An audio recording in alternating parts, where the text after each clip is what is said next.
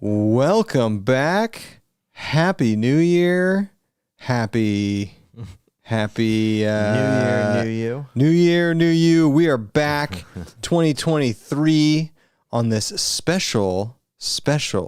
I'm calling this the Wildcard Weekend podcast. You know why? Because it's Wildcard Weekend. So we're repping, if you're wondering what team we're repping and you're listening, we're repping the Bengals. And ironically, the game will be on during the stream. So Who Day? Shout out to our buddy Travis.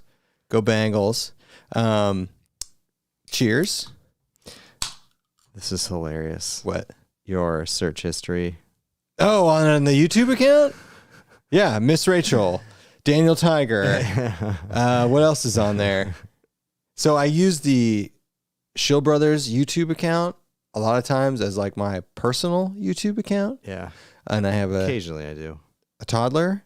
And, you know, sometimes they're going to watch TV and they're not necessarily going to watch the Shill Brothers. We shut that door. Yeah. So my YouTube search history is here. Can you pull it up? Here we go. It's Miss Rachel. It's Daniel Tiger. Llama Llama has a Netflix show now. I don't know what that is. Llama Llama, the book series. No, I don't know what that is. So what Netflix is doing, this is genius. Netflix is taking these like popular kids books and they're making television shows out of them. Yeah, that is smart. That is smart. And I'm like, oh, it's just like a cash cow. Yeah. So you'll get to Llama Llama. Can you hear me okay? Yeah. Okay. Can you not hear you? It's all right. It's really weird listening to this through the hat, but we got to rep. Another thing I got to point out here. Check. Because you sound good. Because a lot of people make comments to me. There's a lot of people who listen to this podcast only and don't realize that you can watch it on YouTube. And on the inverse, there's a lot of people who watch it on YouTube that don't realize that this is also like in podcast form. Yeah, save us for your road trips, folks. So like a lot of people were like, hey, I didn't realize you guys have the stuff. And I'm like, yeah. So like We got the stuff. we got the stuff. Oh, we got some Bengals fans in the chat. Love it. Make sure you turn on the Bengals game in about 20 minutes. We will not be watching it live. Also, in the great state of Ohio, you can sports gamble. So I've placed a cornucopia of bets on the Bengals game, ranging from Joe Burrow passing yards to Joe Burrow rushing yards to covering the spread to all sorts of fun things. So go Bengals. We got a bunch of updates. The biggest one was We got after, new packs. Well, I'm not there yet. After 3 years of dodging it, I finally got COVID. So The packs are bigger. If that's bigger than COVID. Everyone's got COVID. I dodged that virus since 2020, like super strong. And last Saturday, my wife, little scratchy throat, so she tests like on a whim. I don't, and she tested positive, and I tested positive, and our child didn't get it, so that was good. But finally, whatever strain they had going around here, Some type of Omicron. and I'll tell you what though, I was like, you know what? Let's just get it over with. This wave is coming. COVID cases are coming. Mm-hmm. This wave is coming. And I was like, you know what? Let's just get it over with. And so I can live my life. Because it's like in between the waves, you go through these like experiences where you're like, is COVID a thing still? You know what I mean? Yeah. And then you get it. You're like, oh yeah, it's a thing. And then it's like, you know, once the case counts get to like X and Y numbers, then it's back in the news and then it's back. But, you know, it was Inevitable. It was inevitable. I will say my personal experience with it was, if I had to rate my top 10 worst colds of my life, this is probably like in the bottom third. Would you say? You got it last summer, right? Mm-hmm. Yeah. Yeah. There was like 2 days where it wasn't as bad. Watching a child while having it, that was terrible. Watching a child while having to do anything that requires any effort whatsoever is terrible. Okay, there's nothing worse. Okay, so there's Andy and I are new parents. There's two terrible situations as new parents. One is having to watch a child while you're sick. However, I'll be curious what you think. Would you rather be sick and have to watch a healthy child, or you be healthy and have to take care of a sick child? Me be healthy. I'd rather be healthy and take care of a sick child. Really? I'd rather be sick and just be able to curl up on the couch and like put the kid in front of Daniel Tiger.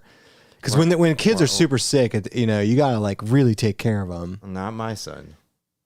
No, you just like, here's a box of tissues. Yeah, I know. He just runs around. Okay. So if I'm chasing him, I'd rather be well. But he's still like, then he doesn't get that. Then he hasn't been that sick. He's been pretty sick. The second situation, which is just as bad as the first situation, is having to watch a child when you're hungover. Have you had to do that? Oh, I made that mistake once. You only make it once. Never again. You only make it once. Never again. My alcohol consumption has gone so. When were you hungover? When you had to watch I it? don't even remember. There was, and when I say I was hungover, I was probably like 3 or 4 drinks the night before. Wasn't like buzzed, so you or weren't drunk like, or anything, but I definitely was feeling it the next day, and I have never been hungover since.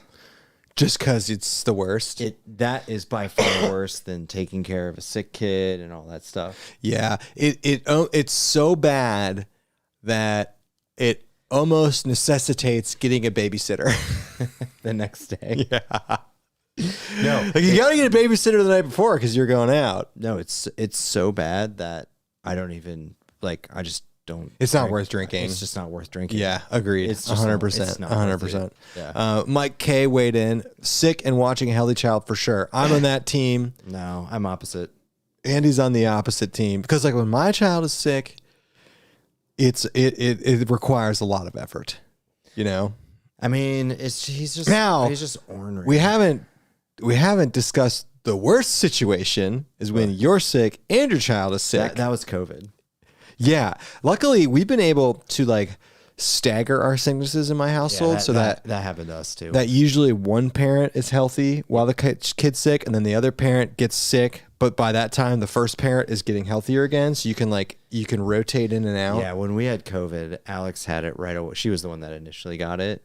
And she was like, she couldn't move for like 2 days. She was in bed. So I had Evan during that time. And then I felt the scratch. You're like, oh God. Oh no. Oh no. And so she got to a point where she could she was fine. And then I went down. You know, very interesting thing for my COVID. No sore throat. That was the first thing. That's the first thing for everybody. Yeah. I lost taste as well. I lost taste for like, I was like 3 or 4 days. I lost taste for maybe a day. And, which I actually like for a day, I'm like, all right, I just eat like nutrient paste, I call it. I just make like shakes that have no taste. No, the worst part about losing taste is like, mom dropped off a bunch of really good food. I know. Just like it's wasted. I know. Yeah. But it was, luckily everyone's healthy, and, luckily my daughter didn't get it, which just means she got it at some other time. And, maybe. Yeah, I don't know. But anyway, the reason I bring that up is because last weekend we were supposed to go backpacking. And literally the morning of, I took a test and was positive, so we didn't go backpacking. We were supposed to go backpacking that weekend because we tried to go backpacking the weekend before. And do you want to tell everyone what happened? Goddamn Mohican was closed without advertising it anywhere. So we get in the Subaru. We got my pack is still packed right here. We got the hot tent. We got the beers. We got the chainsaws. We got Sam. We're ready to roll. Fresh 6 inches of snow on the ground. It's like a perfect day to go winter backpacking. Winter backpack. And beautiful snow. If you recall in the Midwest, about like the week of Christmas, right? The Midwest just got absolutely hammered with really cold temps and 5 to 8 inches of snow, depending on where you're at. I'm talking about Ohio. So we're like, all right, this is gonna be great. Good winter camping. So we get in the car, we drive an hour and a half, we get to Mohican, and I'm surprised this is the first time this has really ever happened to us. Is we get there and it's closed. I'm calling out Mohican for their bullshit now. Whoa. Shots fired. Because before Andy goes and tired, we mean I'm going on a rant. We're talking about Mohican. It's technically a state forest in Ohio. It's a very, very popular backpacking spot. It's a great backpacking spot. Continue. It's not. Sorry. It's a terrible backpacking spot. It's a very good, it's pretty, picturesque, and they have good camping there. If you can get a campsite. So explain the issue. So first issue with Mohican is that in order to legally backpack there, you have to stay at a designated campsite. And you have to book a designated campsite. It is free, but you can only book it. And this is the problem. When you're there. So you literally show up, you go to a kiosk, you see what campsites are available, and then you book them. So if you're trying to do a loop or something like that, you have no idea where your camping is going to be on the loop. And I should say another issue with this is a very, very popular place to backpack. Yeah, it is beautiful. It is really pretty. And there are 10 official backpacking sites. So anytime you want to go backpacking there, you're going to be gambling on if you can get a campsite or not. And by the way, we've lost that gamble before. And we've stealth camped. We've had to stealth camp there before because we drove all the way there and there was no campsites available. We even asked a group if we could camp at their site and they said no with them, and it was a massive site. And by the way, we have reserved a site and we have had people show up to ours and we've allowed them to camp with us. The reservation system is a nightmare, and the fact that you have to drive there to reserve a spot, and it's really like, I'm talking like in the winter, it's still crowded. Now with this instance we're referring to, we went on a Tuesday, so we're like, we'll be fine. But like, I'll go there on December, 20 degrees on a Saturday, and you drive up there, an hour and a half from Columbus, and all 10 sites are booked. Yeah, so that's the main issue. Number one is that you don't even know if you can get a campsite until you're there. So that's problem number one.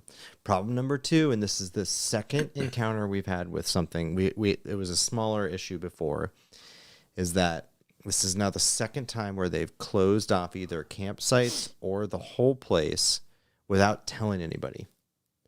Yeah, it was not advertised on the website. And then you start calling around and, you get into the government bureaucracy of you start to ask questions of okay, when is this?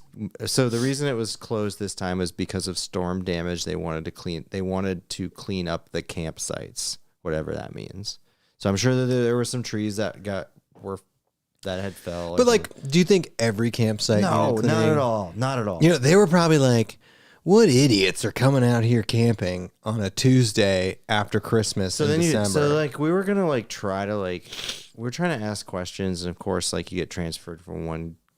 We're we're in the parking lot. We're staring at the canceled thing, and we're just on the phone trying to talk to a ranger. Be like, okay, is there somewhere we can go? And another issue is, unlike Southern Ohio, there is nothing within an hour drive of Mohican, because we initially were like, oh, we'll go somewhere else. But by this time it was 3:30 in the afternoon and we were losing daylight, and we're like, oh, we'll just go the next weekend. And then I got COVID. And then we're going the next weekend, and then something popped up, and then we're going to go 2 weeks from now. So, but the reservation system is an issue. If you're in Ohio and you go, Mohican's great, but if you're trying to backpack there, one, you got to go if you're going on a weekend, you got to go early Friday, I would say. Because we've gone Saturday mornings and everything's booked. So you just got to, you're rolling the dice, and it's an hour and a half away, and it just gets really crowded, and it sucked. Yeah. That's that's the third time we've had some type of issue there. So It's just so dumb. They need to change it to group camping at those sites or something. It's annoying. Yeah. So what I thought, we should, another thing we want to talk about on this live stream, I should go get it, is we got sent new packs from Light AF. He redid, is that the right word? Yeah, I got the list. Andy, you'll get the specs up. He rejuvenated his Ultra pack. Yeah. And super nice. Sent us them. They're really nice. And Andy will get up the, we're going to tell you what's new about them. There's one specific edition that is amazing that I really like. I actually think there's 2 editions that are really awesome. Okay, we'll list off the, in fairness to Light AF. Okay, so if you're in the market for a Light AF pack for an Ultra one, here's what's new about the 2023 model. Taller side pockets by 1.5 inches. We made our side pockets. I didn't know taller. that. So he's referring to, like, the water bottle. Yeah, we made the 1.5 inches. 1.5 inches. Good. We made the side pockets taller. Sometimes water bottles do kind of only on the back or side against the mesh pocket to help secure your water yeah. bottles. That's a good one. The user side stays the same height for the same easy access you know and love. And we're gonna have a first look video on these. So. Yeah, we just haven't had a chance to use it. Haven't had a chance to use it. New, easy to use webbing. It's actually adjustable, so more adjustable webbing on the sides. Yeah, is that the thing on the sides? I think so. Okay.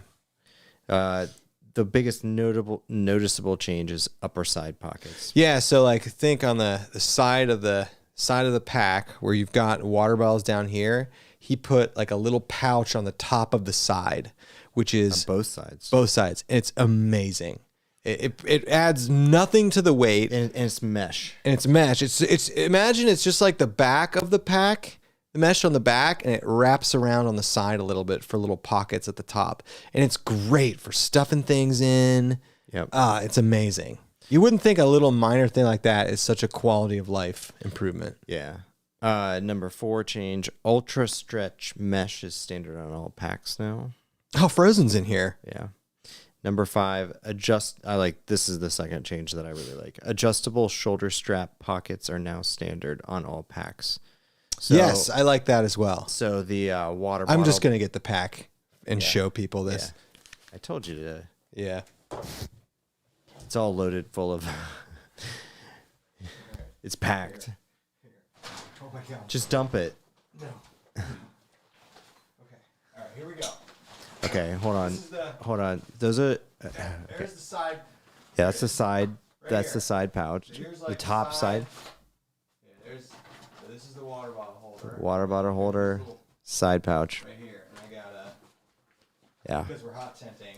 So. Can you hear my audio at all? Not really. I'm Got a narrating. little lantern in there. So he's got a lantern in there, and the other side has it as well. Yeah. The other side. There you go. Here. It's where you put your liquor. That's where you put your liquor. Yeah. Right there. Perfect. Show the adjustable water bottle pouches. Yeah. So this was a big. Right here. Yeah. So it's kind of hard to see there, but there's a cinch on there now, and that's actually something. When we were in California, I was using this like soft flask in there, and I was really wishing that they would have that mod would have been there because it would have held it in place better. So that's cool to see that. That's awesome. And then, so we were talking earlier. So on the back of the side pouch, yep. That's 1.5 inches taller, but still lower where the user is, so it's easier to get in and out. And then the new mesh. Oh yeah, this mesh. Now here's my question about this mesh. It's got a hot tin in it. Yeah, you can't on the other meshes that we've used, you can see through it. This one you can't. Am I gonna like that? Am I gonna dislike it? I have no idea, but I'm used to like seeing everything that's in the mesh. You know, Andy brought up, good thing. This new mesh, it's great. It feels really good. I like it. Yeah, it's really. I liked the ability to see through the mesh. That was like somewhat helpful, but I like it anyway. So I don't know if you could hear, but the side pockets are great. What did we cover all the differences? The new ones? Yeah, I didn't. It was the adjustable webbing, taller side. Yeah. Outdoor Adventures. Did you see his comment? No. You can put your weed in there. But that's for the liquor. It's like a little like flask or like a little water bottle with some spirits. Like it fits perfectly in that little like. It's always on the outside of the pack. It's always on the outside. It's good. That's a kind of an ingenious thing. I don't know. I really like it. So anyway, we got those. And such weed comments now. All right. I use a 2-liter bladder for liquor. We want to go backpacking with you. So we got those. Mine is literally still packed with the hot tent loadout from. I was like literally last Saturday. Everything is like I'm getting in the car and my wife is taking a COVID test and it's positive and I'm just like, oh, and these are the I forget how many liters they are. They're either 38 or 40. I think they're 40. 40-liter frame. The main, yeah, they're framed. They're basically like a slight new take on the packs we got last year from him. So yeah, shout out to him. To Light AF. To Light AF, to Chris. Great stuff. I wonder what his lead time is now. I meant to look that up too. It's probably super high. So, Light like there's a lot of great pack manufacturers out there. And now I have Z packs. Still have my Arc Haul. I've got 3 Light AF packs now. And then I've got the what's the other ones that we have? The Devin sent us. Waymark. Yeah, the Waymark, which is awesome. So between the two of us, we have I think 12 packs now. Yeah. Do you have a Gossamer gear pack still? We're going to give away some gear at some point. Well, the Gossamer Gear Gorillas in Nevada. Oh, okay. Yeah. So I thought we could use this new pack as a jumping point to discuss our 2023 backpacking plans. We haven't talked much about it. That's what we're going to talk about right now. So here's the deal. Well, and I also bring this up because I want to watch some like bear attack videos or something. Out west. Listen, I got to take a break from discussing people getting murdered. Although there was an article on outside.com. I didn't realize a 19-year-old died in New Hampshire this past year. Yeah, I heard that. I didn't know about that. Yeah. This is not backpacking related, but that plane in Nepal. Did you see that? No, what's that? A plane, Yeti Airlines, a Nepalese airline plane went down yesterday. Oh, jeez. And and it's even just nuts. I didn't watch it, but like people on the plane, because it was very low to the ground when this happened, but there's like live video of people on the plane that's like you can watch. Like people were like streaming it or like taking videos and stuff. I didn't watch that. Like that's a little much for me. I already don't like flying. But I was like, you can't go a day without hearing about something terrible happen. Yeah. It's like Yeti Airlines too. It's a good name for an airline. Is it? In Nepal. I wouldn't take it seriously. So anyway, 2023 backpacking plans. Another reason to bring this up is permitting season for out west is either now or it's very soon. A couple months. So what do you want? What kind of backpacking do you want to do this year? Man, there's obviously, if we continue, like we need to have a Colorado trip, like our annual. You want to do that every year? I mean, it hasn't failed us yet. Would you want to go? Where would you want to go in Colorado? I don't know. See, the problem with Colorado now is that we're getting to stretches of the Colorado Trail that are logistically harder to get to now. We're getting deeper in there. Yeah, with the amount of time that we can use for it. One of my favorite parts of the whole United States is the Upper Peninsula of Michigan. I'd like to get back up to the UP at some point. Where up there? I don't know. We've done the big things. I know, but it's just so pretty up there. It's so far. I know, it's so far. You can't fly there. I know. I'm now all about flying to go backpacking. Yeah. I don't know. You know, I would like to try, you know, last year we had permits for Yosemite, but we couldn't do it because of the fires. See, and this brings up the issue with the out west thing. Yeah. Is what do you do? Do you just have 3 permits? Because we had 2 permits last year, and we were a week away from not being able to use both of them. Yep. And so I just don't know. I don't know what to do. Yeah. Is just get 3 permits. Okay. Do you get 4? What do you stop at? Does every single person of us have a different hiking permit? Yeah. Because like literally we had two California permits, like 4 hours away from each other. So totally different parts of the state. And we couldn't use the first one because of a fire. And the one we could use, like 3 days after we hiked out, completely unhikeable due to fires. Mm-hmm. So I don't know what to do. It's like, do you just get 3 permits that span like 500 miles? So like, you know, one geographic area is going to be good to go. Let's just rent an RV. Just do an out west trip. No. Like not backpack? Just get an RV? Yeah. Like the all gas, no brakes guys? Yeah, like 1-800 rent RVs or something, and just Think they sponsor us? Yeah. We could do it would be fun to do a RV podcast. We'll get Starlink. It'd be kind of cool. Yeah. Inyo National Forest permits are going fast. So this is I would like to do this maybe this year. Instead of I would like to go to an area in the mountains and spend a few days at very, very low mileage and fly fish. We have discussed this sort of trip many times. Yeah. Is backpack up, this is the kind of trip we're talking about, which just sounds amazing. So you take, let's say it's a 4-night, 5-day backpacking trip. So you're taking a fishing setup and you're hiking up to a lake the first day. That next day, you're just fishing all day.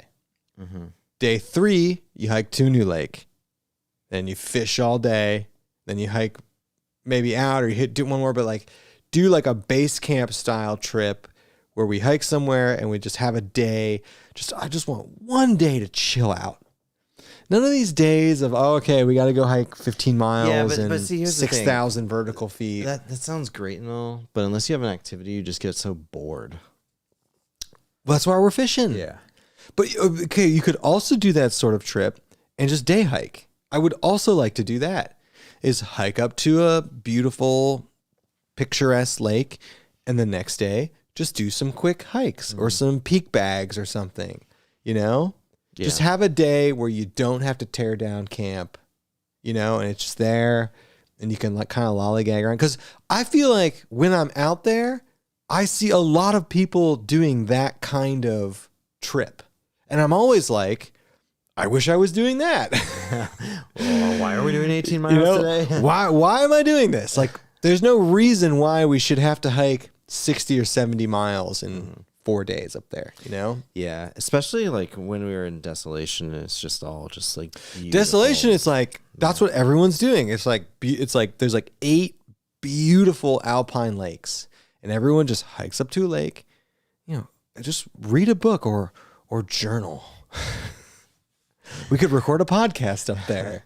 Just do something that's not just like mindlessly crushing miles every single day. But I mean, I didn't mind the crushing miles because that area is just so new for me and it's just so incredible. But I mean, walking by those like blue crystal clear and people mountains. are like swimming and sunbathing and, you know, hanging out with their dogs and like cooking, and we're just like, well, we're just gonna keep hiking. Yeah. And I'm like, why are we doing this to ourselves? I don't know. So I'd like to do something like that, although we have said we'd like to do something like that literally every single year, and we never have. This is part of the problem, though, is in Yosemite, a lot of people were doing that. Yeah, part of the problem though is that like the regulations are so high and it takes so much research and it's just It does take a lot, especially if you're fishing. Yeah. It takes a lot of research. And logistically it's just a little challenging. So like it's helpful to like have somebody that knows how to do that. Yeah, but it's like it's doable. Mm-hmm. It's not like we couldn't do it. Sure. You just got to invest some time. Yeah, absolutely. Because I when I was in Yosemite 2 years ago, every single person hiking up in the mountains had a fly rod on them. And I was like, what am I missing here? Like, is this what you're supposed to be doing up there? And now I'm not? Yeah. Every single person had a fly rod setup, walking up there. And then I'm like, do I want to smell like fish? There's just bears everywhere. There's bears everywhere up there. And no one's cooking them. That's the thing. If we're fishing, I would like to eat some fresh fish. Yeah. And then that's a whole other thing. Then it's more equipment. It's gross. Just a knife. Well, we got to bring the seasonings and the foil. Yeah, but you can't have a fire. That poses an issue. Well, you're just doing like a frying pan over a canister stove. And that's doable. I don't even care about that. I just You can have fires in Yosemite. Shockingly. Yeah, I know. It's incredible. It's so weird. It's so weird. So this is the story. I was in Yosemite 2 years ago, and we did a 4-night trip there with my brother-in-law. And in the like regulations, like obviously out west, we are just always assume no campfires ever anywhere out west. Colorado, Nevada, California, like no fires. It doesn't exist anymore. No fires. And it's literally in Yosemite, like the epicenter of forest fires. Yes. They're like, no, you can have fires. It just has to be only in certain areas and only at certain elevations. And so the first night I was like, and I was literally like, are you serious? Like I went up to the ranger and I was like, hey, I read this.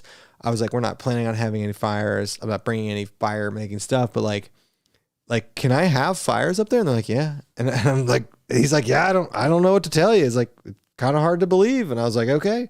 So in Yosemite, we had a roar. And let me tell you, starting a campfire in those out west areas that are dry as shit is so easy. Yeah, that's the... It's so easy. I took a Dorito and I lit it with the lighter. This is in our Yosemite video. You can check it out. And I just like stuck it under a log and everything is so dry. And it just, within 5 minutes, you have this like massive bonfire. And you're like, yeah. And this is a great, this commenter, ELR05. Yeah. Great point that just got brought up. You can have fires and you can't carry bear spray. And I've been trying, because obviously on that trip, I was carrying bear spray. Yeah, you got called out for it. Yeah, and they were cool about it. They were totally cool about it. But then I was trying to understand, why would you ban bear spray? And there's only 2 reasons why I can think you would. They're habituated to it? That could be reason 2. Reason 1 is people have been accidentally macing themselves. Oh, wow. Or bears habituating to it. Now that's interesting. But it wouldn't matter if you've banned it. It's like it wouldn't matter because no. I mean, I don't know. Like when I say other than people macing themselves accidentally, why would you ban bear spray? Wait, habituating to it doesn't make sense because it's not like they're going to be okay with it. Then I was like, it's California. Do you think they're banning it because like litter, trash? No, it's like it's bad for the bears, but they're killing problem bears out there. So it's like I cannot. I'm sure there is a real Maybe since there's no grizzlies and it's just like really large. You know what? I'm going to bears. Google it because there has got to be a real reason why they ban bear spray. And I cannot for the life of me figure out why. Because they're black bears, maybe? They're not black bears. I thought they were. They're brown bears. They're not grizzlies. Okay, here we go. Oh my God. Okay. The most California reason. So I Googled, why does Yosemite ban bear spray? Don't want to harm the bears. Okay. This is from myyosemitepark.com. So I don't know if this is affiliated. Bear spray is considered a weapon according to the park's regulations. And according to Yosemite's official website, the possession, use, or discharge of bear spray pellet guns, and BB guns in Yosemite National Park is prohibited. That infers that the banning of bear spray is indeed because it is deemed a weapon, because they're including it with BB guns and pellet guns. But what about firearms? Rangers from Yosemite Park say there isn't a need for the spray. We could debate that. The park doesn't have grizzlies. That's fair. Yeah. Even though 500 bears roam the park. Now, this is interesting. Yosemite, this is pretty cool, actually. Yosemite has never reported a bear on human attack. They do GPS. They do track them. They're basically saying if you practice proper bear country etiquette, you don't need bear spray. If you're doing everything right, proper food storage, staying on trail, camping in appropriate areas, you won't need bear spray.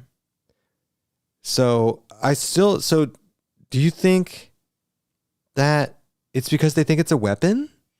Well, I think there's probably a combination. Here's a TripAdvisor. This is great. TripAdvisor is the best, by the way. There is a TripAdvisor comment. What? Bear spray illegal? I'm flabbergasted. Okay, here we go. I mean, yeah, that they're saying the same thing. You just don't need it. Yeah, but if it just because, okay, and this is what kind of drives me nuts. Okay, I get it. Maybe there's some good data to show that it's not needed there. But does that mean it's illegal? I believe it is. No, I mean, as in like, so I'm very happy that a lot of people are having the same reactions I'm having. The point I'm trying to make is that, like, okay, get it. There's never been a documented case of bear attacking a human. Right. So since you don't need to carry bear spray, let's just make it illegal. That seems like what is the harm in letting people carry bear spray? Right. It's so dumb. That's what I don't understand. There's probably not a whole lot of litter from bear spray. Like, it's probably not compared to like actual litter from people. Right. And so let's say like let's say you accidentally bear mace somebody. Like, yeah, it's gonna suck for that person, but they're not gonna die most likely. Yeah, it's just interesting. I mean, I could see them being like, we don't recommend it. Yeah. You don't need it. But to outwardly ban it and say it's illegal, it's like something had to. It doesn't in my rational brain. Because if everything was the case we're saying, wouldn't you say, hey, we don't recommend you take it, but if you want to take it, maybe they're thinking because it's like one of the largest parks that's visited that they don't want like just. Again, it doesn't make any sense though. They just don't want a ton of people walking around with it because they're afraid of what. It's super interesting. I would, the bear lobby is suppressing the attacks. Oh, here we go. It's not illegal to possess it, but it is illegal to discharge it. No, because you got called out for possessing it. That's true. Outdoors podcast. I did get called out by the Rangers for carrying it, and they were cool though. This is other thing. It's like, well, why even have it if you're not going to enforce it? Why even? Because these people are like, this is stupid. It was so cool. This guy's like, just put it on the inside of your pack, man. That's what he said. Yeah. He's like, just put it on the inside of your pack and we'll be none the wiser. I was like, yes, sir. Don't find me. We did get checked though. I got checked multiple times. The only times I've ever gotten permit checked, and you didn't last summer, which is surprising, is in California. Always get permit checked. No, we got permit checked in Wyoming. We did? Yep. I don't remember that. Yeah, coming out. Oh, we did. It was free. It's a free permit. Yeah, we did. Yeah. We did. Okay, so we got permit checked in Wyoming, but... We got permit checked in... This is kind of cheating, but we got permit checked in Isle Royale. Yeah, that's dumb. I'm going to take a 5-hour boat ride. Well, we got permit checked because, like, when you get there, you have to... Yeah. But I'm like, do you think I would get on this 5-hour boat ride if I wasn't allowed to go in here? You know what I mean? Yeah, and it's free, and you can get free, and you get a permit on site. And you get it there. Yeah. Yeah, then you know what? This is where the libertarian in me is like, what are we doing with all this permitting? Yeah. Don't even get me started. I paid my property taxes the other day. No, hold on. If you want to... Don't even get me started. Oh, man. I listened to some article about, like, national park fees. and like the vendors that they use to collect that fee and how much money they take out of that fee versus what actually goes to the national park. So let me get this saying. You're saying, and is this all parks? I forget the vendor. So there's like a third party vendor that they hire that collects the payments. Yeah, that's contracted to the entire National Park Service. And when there are certain fees associated with certain places and how that fee is collected and what percentage goes to the vendor versus the actual national park. How bad is it? It's real bad. I'll send you the article. Like we'll just ballpark it. Like you don't have to look it up. I don't. You can be plus or minus 30%. Yeah. Is it like half? Yeah, it's like half. So like, it's just people skimming off the top. Yeah. So it's, some lobby that got the contract through the government that handles all the transactions. Is it like a consulting firm? Yeah. Oh yeah. Yeah. That sucks. This is great. California, no person shall purchase, possess, or use any pepper spray that contains. Wait. So I was under the impression that this was a Yosemite specific rule. It's not. I didn't know that this was a California. I've certainly carried bear spray in more California areas other than Yosemite. Interesting. That is so California, Yeah. All right. But we want to go backpacking there this year. I mean, it is goddamn beautiful. Yeah, Andy's never been to Yosemite. I mean, for all the crap we're talking about, Yosemite is incredible. Like absolutely incredible and well worth going. And hey, you'll save £1 because you don't have to carry bear spray. I wish I would have known that. This was on the 4th day of my trip. I carried £1 all week unnecessarily, Brittany Collins, I did Angel's Landing in November and got permit checked 4 times in one day. That is nuts. Isn't that? But Angel's Landing, that's like super popular. It's super scary. Is that the one in Utah? I don't know. I've heard of it. I know the pictures of it. I've seen GoPro footage of someone doing Angel's Landing, and I was like, I literally never want to do that. That's one where like somebody dies every year. I don't know. I think it's in Utah. It's scary. But I do think it's like super popular, so it kind of makes sense that they would permit check. This is an interesting comment by Jim's Adventure Journal, because this area we're looking at this year, Sequoia Kings Canyon is better than Yosemite. That's good in my opinion. That is good to know, Jim. And throw us your trip recommendations for that area. Yeah, you might as well just plan the trip for us. You don't have to do that. We can do that on our own. But throw us some nuggets because we are looking at the Kings Canyon. I've never seen those freaking. I'm kind of obsessed with big trees. Yeah. And I've never seen those sequoias or the redwoods. California just has massive trees, man. It's so weird. And I want to see those big trees, and it'd be cool to go like backpacking in them. So we have the Sequoia Kings Canyon area on the map for one of them. We're thinking this year we're going to get 3 permits. We're going to get a Yosemite permit. We might get some sort of Lake Tahoe permit, and we were looking at something like the Sequoias permit, and then just go where the conditions are the best, because you have to, because 2 out of 3 will be shut down with wildfires. Angel's Landing is in Zion. Yeah. I knew that was in Utah. Okay. All right. Oh, Jacob Poucher's here. What's up?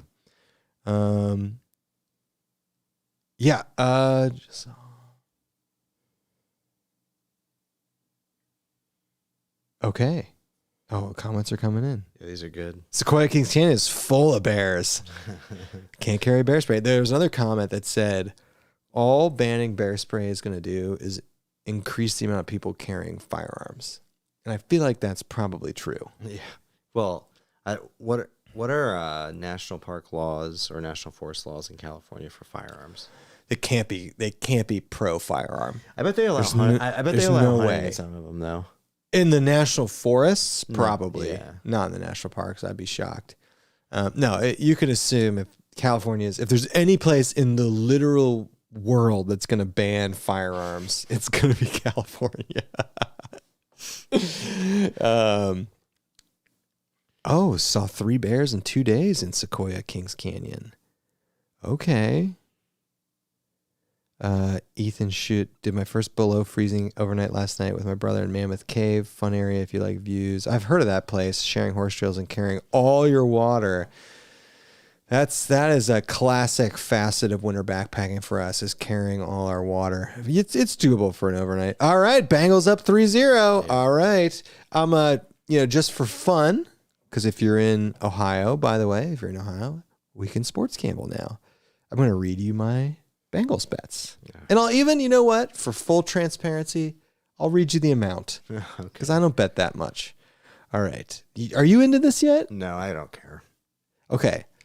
This is an expensive bet for me, and the real gambling addicts will laugh when I say this is an expensive bet. For $15, I have a two-way. Burrow has 225 pass yards and the Bengals win, so $15 pays out $33. Nice. I've got another Bengals win. Bengals cover the spread 8.5 and over 40.5 total points. So we want some scoring. I've got Joe Burrow over 265.5 yards passing. I feel like that's a good bet. Mm-hmm. I've got another parlay. I've got Joe Burrow over 12.5 rushing yards. 12.5 rushing yards. That's one scramble. He's got long legs. And then I bet the over separately. So 10, 20, 30.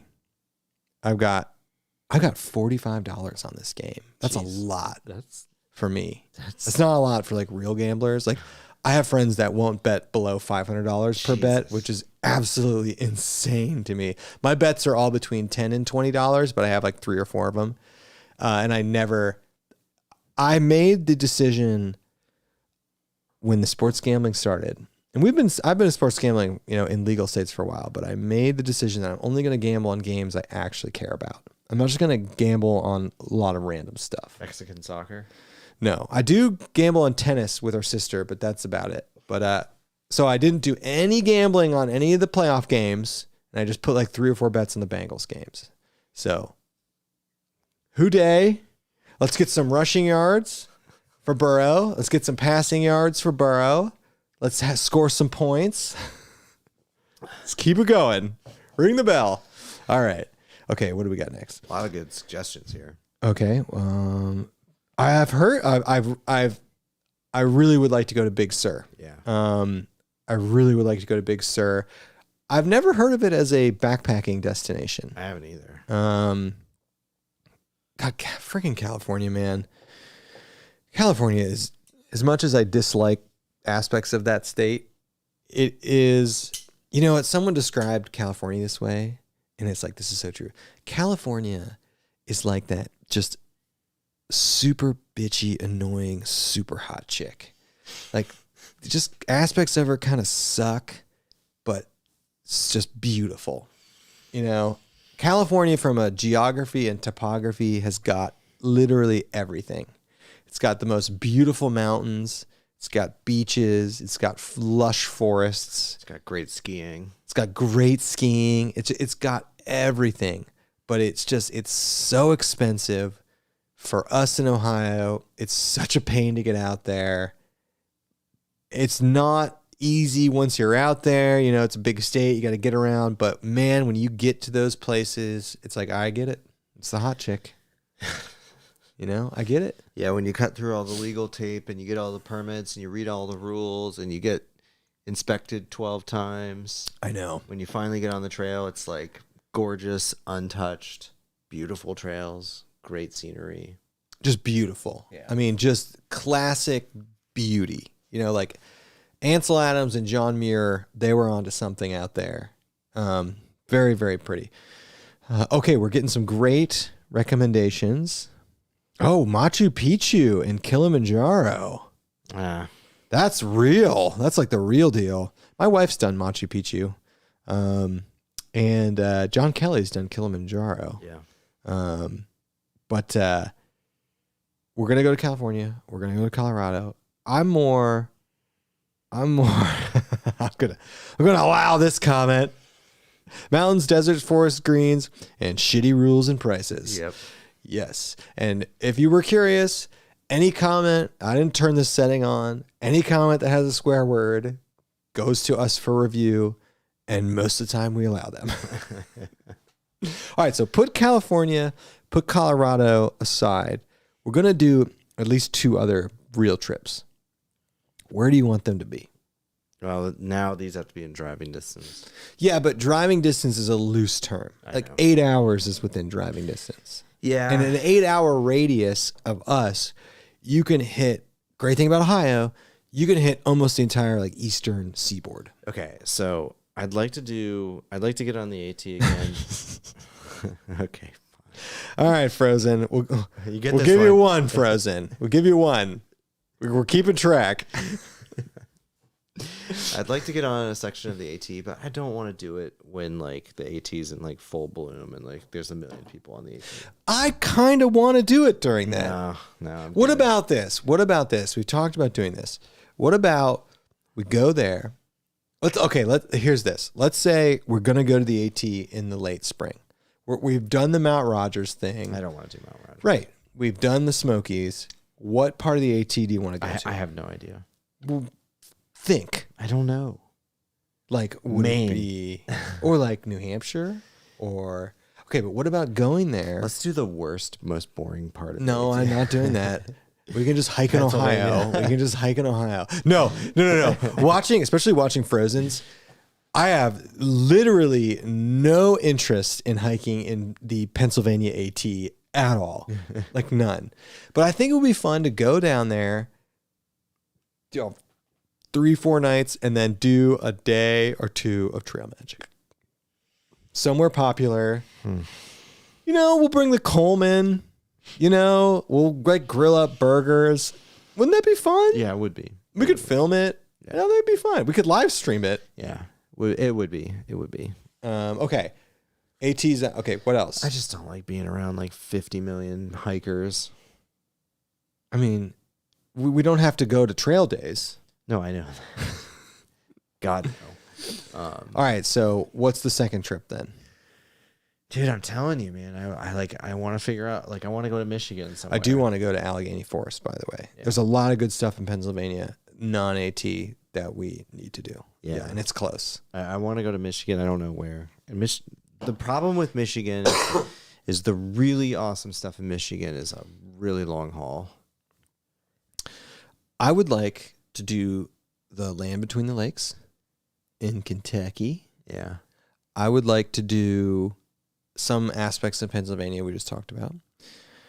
I've never done the Virginia Triple Crown. I don't want to do that.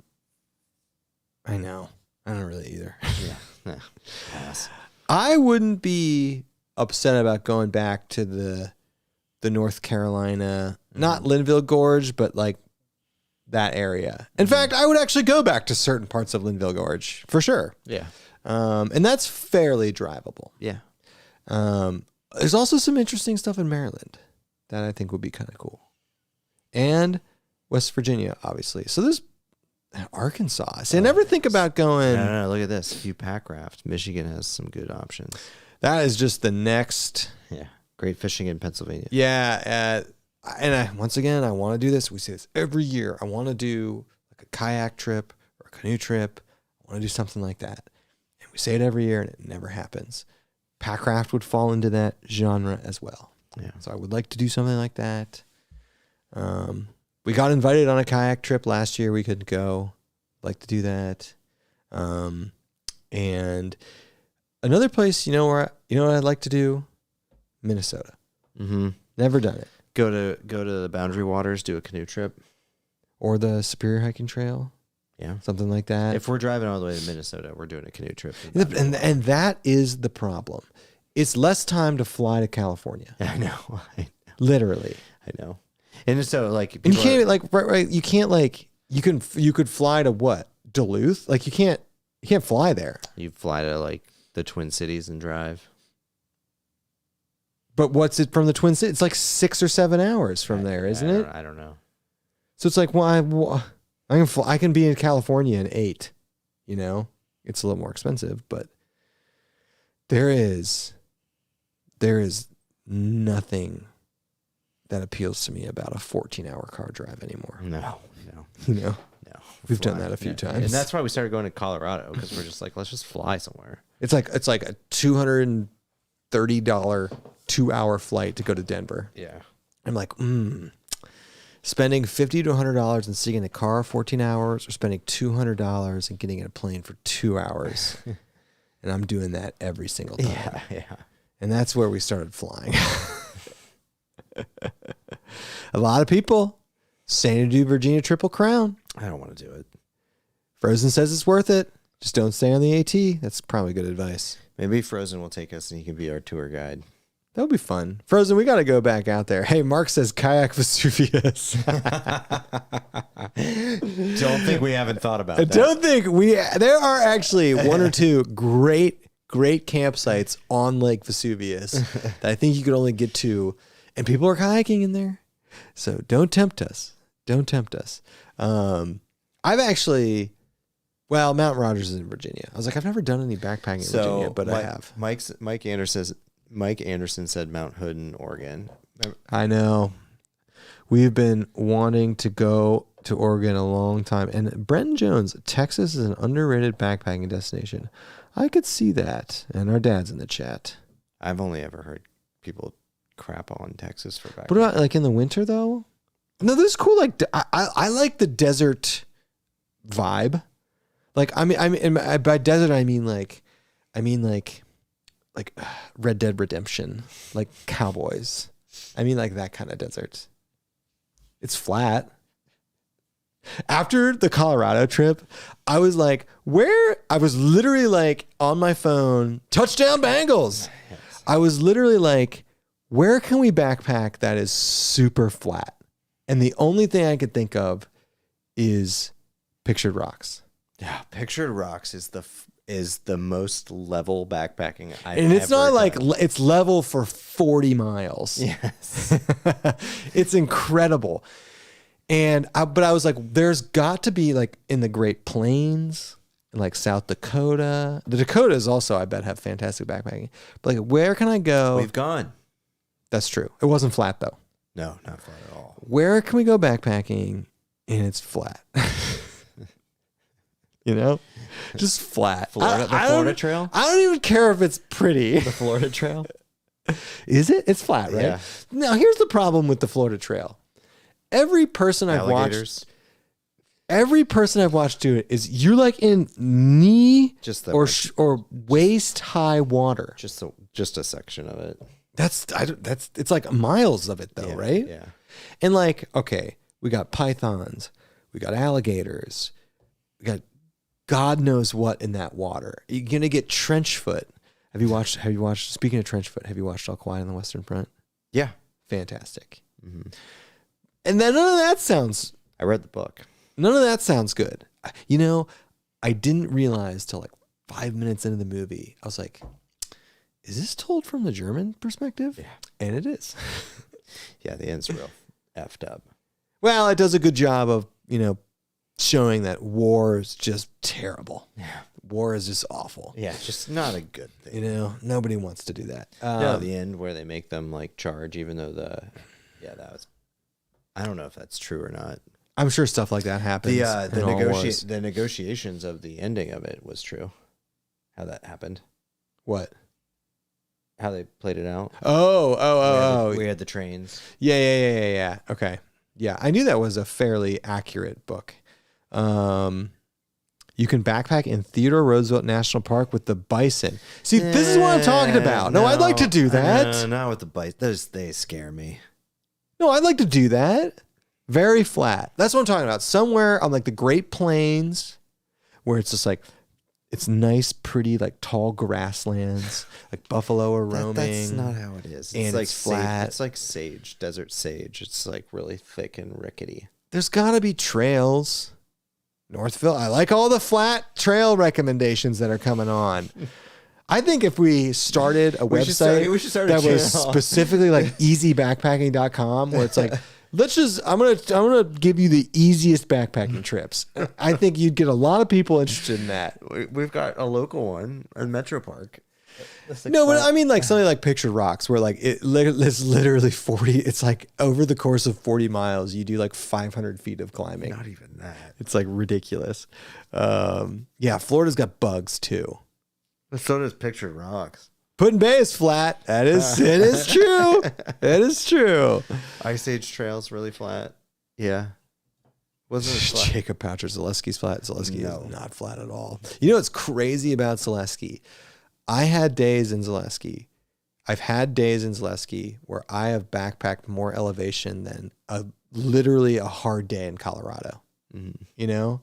And then if you go to Shawnee State Forest, the most elevation I've done in a single day is there, not in Colorado. And we've done Colorado days where we're doing multiple passes. Like we've done 2,000-3,000 feet days in Colorado, but we had a 3,000 plus foot day in Southern Ohio.